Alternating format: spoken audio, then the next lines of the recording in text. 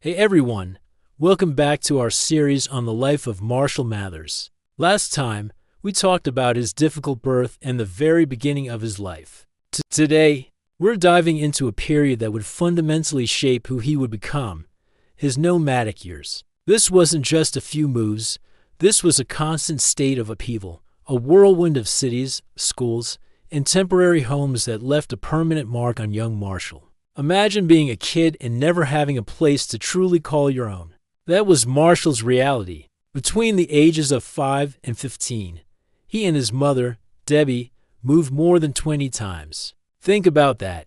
Over 20 different addresses, bouncing back and forth primarily between St. Joseph, Missouri, and the sprawling, gritty landscape of Detroit, Michigan. It was a life lived out of cardboard boxes and the back of a car. Why so much moving? Well, it was a complex mix of economic hardship and Debbie's own restless search for stability. They were constantly chasing jobs, better living situations, or simply trying to outrun the poverty that nipped at their heels. They lived with relatives for a while, like Debbie's mother, Betty, or her sister, Edna. But these arrangements were often fragile, strained by the pressures of an extra mouth to feed and the inherent tensions that can arise in close quarters. In Missouri, they shuttled between Kansas City and St. Joseph. These were working-class towns, and life was tough. The jobs Debbie found were often low-wage and temporary, forcing them to pack up and move whenever an opportunity dried up or a better one seemed to appear on the horizon. Marshall would start at a new school, begin to make a friend or two, and then, just as he was starting to feel a semblance of belonging, the rug would be pulled out from under him. It was time to move again. Then there was Detroit. The Motor City was a completely different world. It was bigger, louder, and tougher. For a young, poor, white kid like Marshall, navigating the predominantly black neighborhoods they often lived in was a daily challenge. These moves to Detroit were often driven by the hope of finding better work in the auto industry or related fields, a dream that drew millions to the city. But for many, including Debbie, that dream remained just out of reach. One of the most significant addresses in this chaotic period was 19,946 Dresden Street, on the east side of Detroit, right near 8 Mile Road. This house would later become iconic, featured on the covers of his albums. But at the time, it was just another stop in a long line of temporary homes. It was in these Detroit neighborhoods that Marshall's identity began to truly form, forged in the fires of adversity. He was an outsider in almost every sense of the word. He was the new kid, over and over again. He was the poor kid, and in many of the areas they lived, he was one of the only white kids. This constant displacement had a profound effect on him. It created a deep sense of isolation. Friendships were fleeting. How could you build lasting bonds when you knew you could be gone tomorrow? This isolation forced Marshall to retreat inward.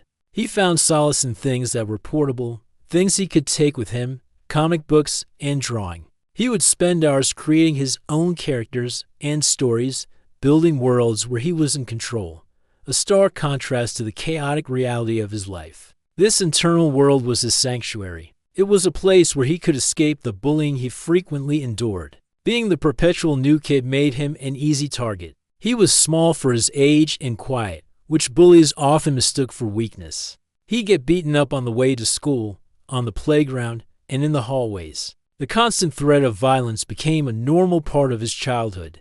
There is a well-documented incident where he was so severely beaten by a bully named D'Angelo Bailey that he suffered a cerebral hemorrhage and was in a coma for several days. Debbie even filed a lawsuit, but it was dismissed. This wasn't just a fight. It was a near-death experience that highlighted the brutal environment he was forced to navigate. The instability also affected his education. Bouncing from school to school meant he was always playing catch-up. Different schools had different curriculums, and he often fell behind. It's hard to focus on algebra when you don't know where you'll be sleeping next week. This academic struggle further alienated him from the school system and pushed him even more towards his own creative outlets. He was a bright kid, but his report cards didn't always reflect it. His true intelligence was being honed elsewhere, not in the classroom, but in the world of words and rhymes that he was just beginning to discover. This constant uprooting also shaped his relationship with his mother. On one hand, they were a team, a unit of two against the world. They relied on each other completely, but the stress of their situation also created immense friction. Devi was struggling with her own health issues and the immense pressure of being a single mother in poverty. This led to a volatile home life, swinging between moments of closeness and periods of intense conflict. Marshall's lyrics would later paint a complex and often contradictory picture of his mother, reflecting the turbulent love and resentment forged during these difficult years. It was during this period of intense isolation and turmoil that Marshall discovered the one thing that would offer him a true anchor: hip-hop. He heard his first rap song, and it was like a lightning bolt.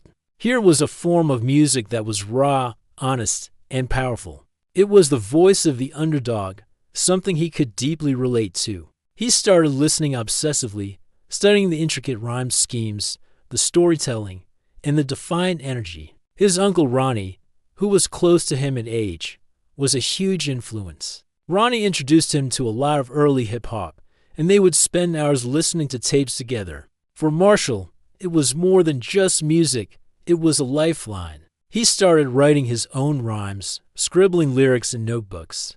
It became his new obsession, replacing comic books as his primary escape. Rhyming was a way to process the chaos around him, to fight back with words against the bullies and the poverty and the loneliness. He could be anyone he wanted to be on the page. He could be strong, confident, and untouchable. These nomadic years, from Missouri to 8 Mile, were the crucible that forged the artist we know as Eminem. The constant feeling of being an outsider, the relentless bullying, the poverty, and the unstable home life all became the raw material for his art. He learned to observe, to listen, and to channel his pain and anger into intricate, razor-sharp lyrics. He developed a fierce determination and a relentless work ethic, because he knew that his talent with words was his only real ticket out. Without this period of hardship, the fire that fuels his music might never have been lit. Thanks for watching, and don't forget to like and subscribe so you don't miss the next chapter in the story of Marshall